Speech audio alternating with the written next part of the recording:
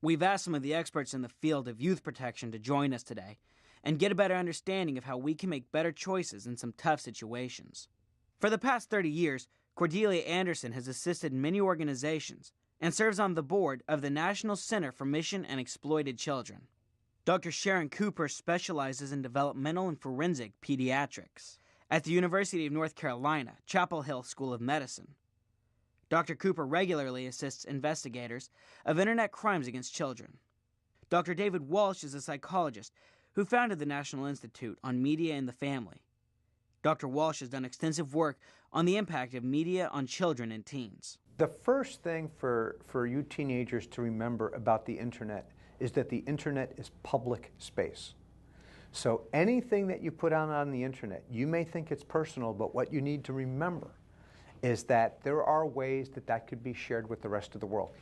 Another thing that you can do to protect yourself is simply not respond when somebody contacts you, whether it's someone you know or don't know, and they're saying something that makes you uncomfortable or something that's sexually inappropriate or disrespectful in any way. Don't respond. If you're allowing people onto your profile or who are blogging with you who are beginning to take a violent theme in the way that they comment on your blog site, or if you find that they are using profanity and becoming highly sexually explicit, if these are the types of postings that are coming on your site, you would want to stop that, simply because that doesn't reflect where you're coming from. But when others are reading your site, they may very well feel that if you don't say anything about it, that you condone that type of communication. You might not know that future employers or people at the college you might want to go to or military service you may want to be part of could also look at that information or get access to that information.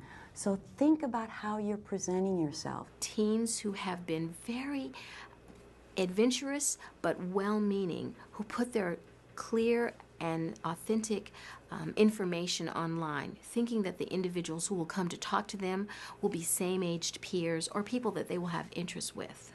Unfortunately, though, when predators seek to come to your site, they will know your name and they will be able to get more information about you because they know your name. If you have met someone online and they've been blogging with you and they tell you that they're a teenager like you are and they'd like to meet at the mall, never go to the mall to meet that person by yourself. We know that one of the ways that perpetrators trick people, and that's whether it's somebody your own age or somebody older, is convince you that it's a trusting, loving, caring relationship.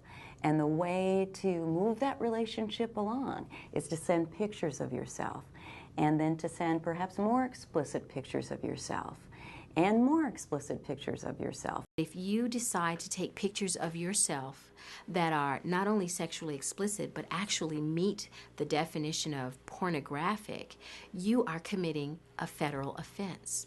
You have just produced child pornography. It's pretty tempting to go into an adult website to see what's there.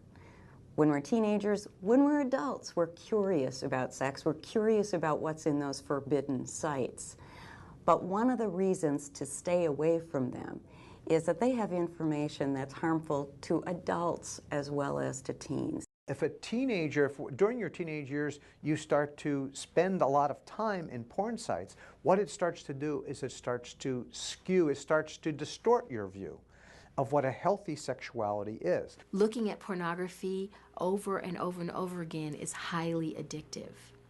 Many people begin to stop having their social contacts with friends and going to football games and doing normal things because they'd rather be at home in their bedroom looking at their computer at more and more pornographic images.